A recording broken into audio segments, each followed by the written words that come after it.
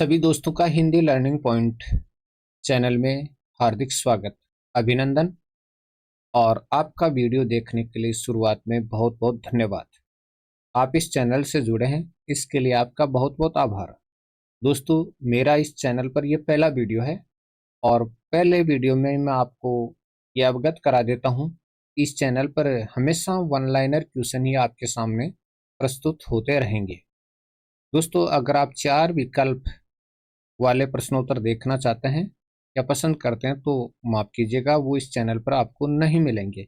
हाँ, paragraph size जो व्याख्यान है वो आपको मिल जाएंगे, लेकिन आपको 4 विकल्प वाले प्रश्नोत्तर देखने को नहीं मिलेंगे। तो दोस्तों, अगर आप एक ही पंक्ति के प्रश्नोत्तर में रुचि रखते हैं और ज़्यादा से ज़्यादा पढ़ना चाहते हैं, वो भी कम समय में, तो इस चैनल से आप जुड़े रहें। और विशेष तौर से हिंदी साहित्य के बहुत सारे प्रश्नोत्तर आपके सामने प्रस्तुत होते रहेंगे समय समय पर, और आप बहुत ही बढ़िया तैयारी में इन प्रश्नों का उपयोग कर सकते हैं। इसके अलावा दोस्तों, नए नए प्रश्न विभिन्न किताबों से खोज खोज करके आपके सामने प्रस्तुत करते रहेंगे। तो दोस्तों, आप जुड़े रहें और आप जितने नोट्स बनाने में मेहनत करते हैं उससे कहीं ज़्यादा आपको ये बने बनाए नोट्स मिल जाएंगे। तो आप वीडियो लगातार देखते रहें और सब्सक्राइब करते रहें, तो आप तक ये प्रश्नोत्तर पहुंचते रहेंगे। और दोस्तों, अगर आप सब्सक्राइब भी नहीं करेंगे, लाइक भी नहीं करेंगे, कमेंट भी नहीं करेंगे, तो दोस्तों कोई क्यों मेहनत करेगा। साफ और स्पष्ट बात है कि कोई क्यों मेहनत करके आपके सामने प्रश्नोत्तर पहुंचाएगा। तो दोस्तों, आशा करते हैं कि आप सब्सक्राइब करेंगे और जुड़कर के आनंद से प्रश्नोत्तर पढ़ेंगे। तो आज का हमारा जो हिंदी साहित्य का प्रश्नोत्तर का टॉपिक है, सुमित्रानंदन पंत जी के बारे में हमने प्रश्नोत्तर बनाए हैं।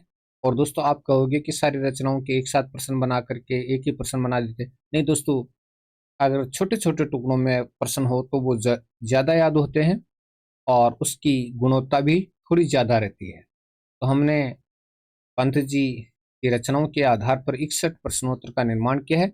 आशा करते हैं दोस्तों कि ये वीडियो आपको पसंद आएगा। तो ये पहला वीडियो था, इसलिए थोड़ा सा व्याख्यान दे दिया, अन्यथा हम बहुत तेज रफ्तार से प्रश्नोत्तर पढ़ेंगे और हम अपनी तैयारी को मजबूत करते रहेंगे। आशा करते हैं दोस्तों आपको ये पहला वीडियो काफ़ी पसंद आएगा और आप इंजॉय करेंगे। तो चलिए बढ़ते हैं और बिना किसी एडिटिंग के आपके सामने प्रश्नोत्तर हाजिर करते हैं।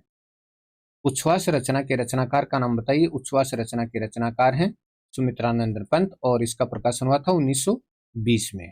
ठीक है, आगे बढ़ते हैं। ग्रंथि रचना के रचनाकार का नाम बताइए। ग्रंथि रचना के रचनाकार सुमित्रानंदन पंत हैं और इसका प्रकाशन भी 1920 में हुआ था। पल्लव रचना के रचनाकार, तो इसके रचनाकार भी पंत जी हैं, 1928 में इसका प्रकाशन हुआ। वीणा रचना के रचनाकार, वीणा रचना के रचनाकार भी दोस्तों सुमित्रानंदन पंत हैं और 1927 में इसका प्रकाशन हुआ और 1918 से लेकर 19 की कविताएं इसमें संकलित हैं। ठीक है, सुमित्रानंदन पंत की किस रचना को छायावाद का मैनिफेस्टो कहा जाता है?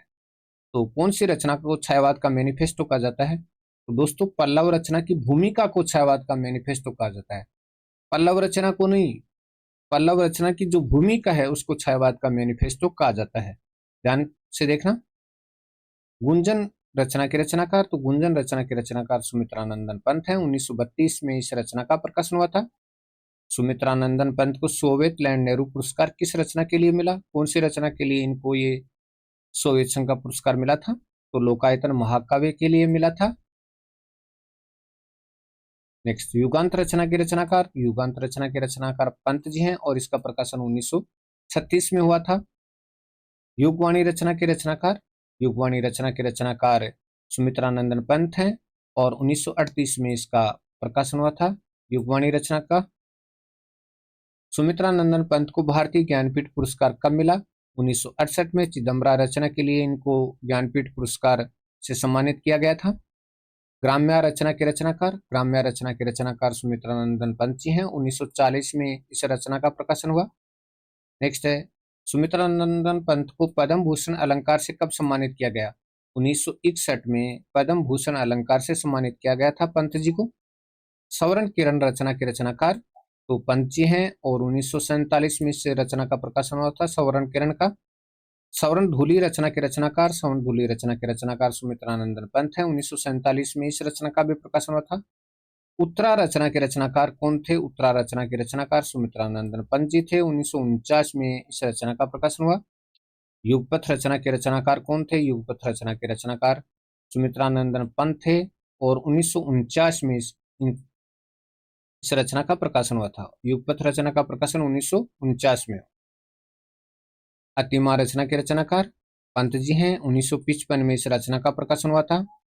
वाणी रचना के रचनाकार भी पंत जी हैं। 1957 में इस रचना का प्रकाशन हुआ था।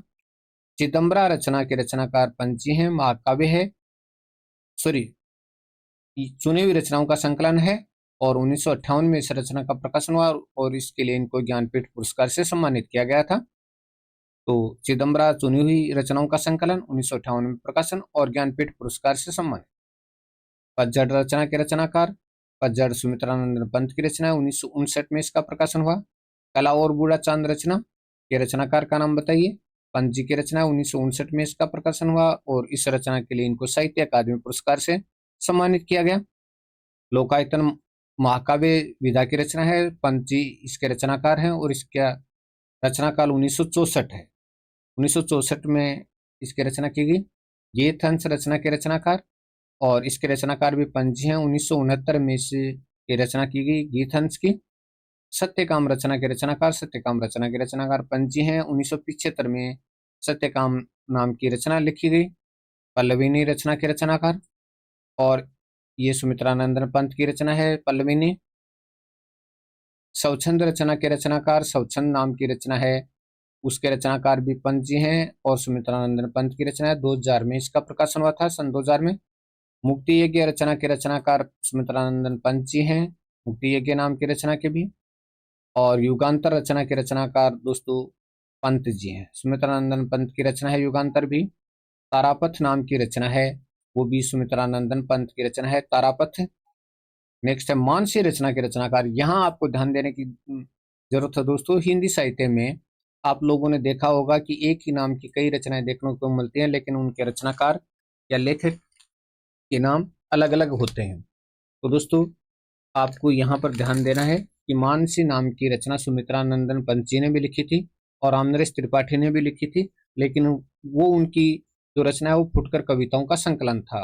रामनरेश त्रिपाठी की फुटकर कविताओं का संकलन मानसी था।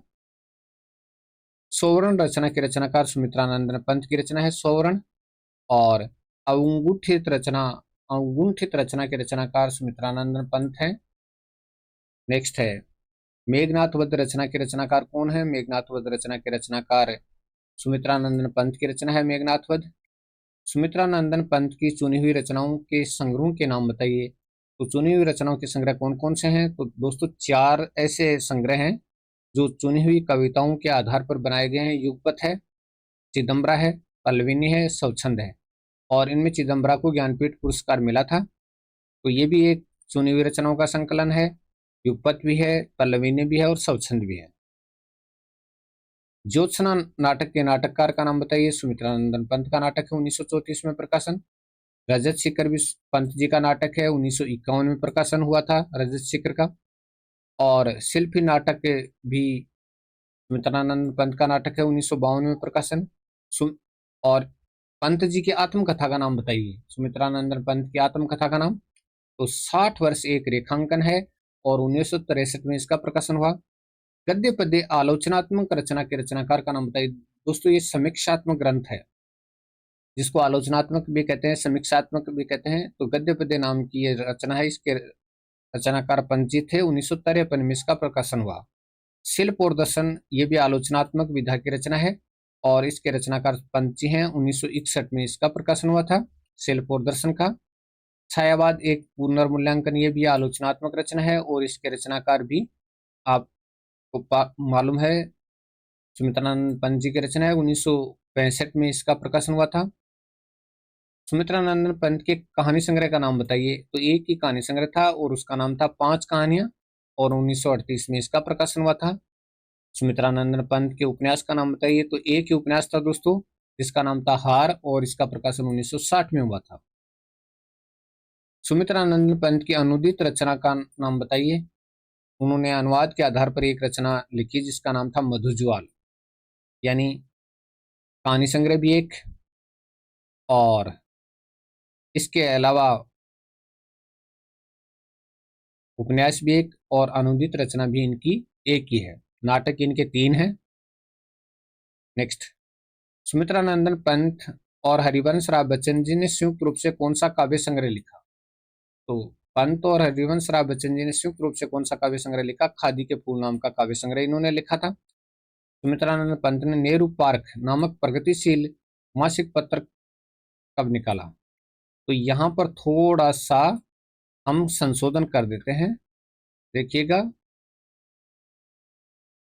ने, और हम लिखते हैं नेहरू पार्क नहीं, इसका नाम है रूपाभ।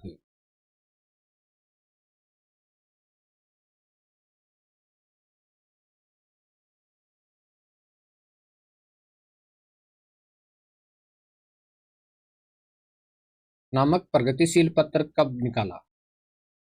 तो सुमित्रानंदन पंत ने रूपाभ नामक प्रगतिशील मासिक पत्र कब निकाला? ठीक है ना। तो रूपाभ नामक मासिक पत्र निकाला था 1938 में।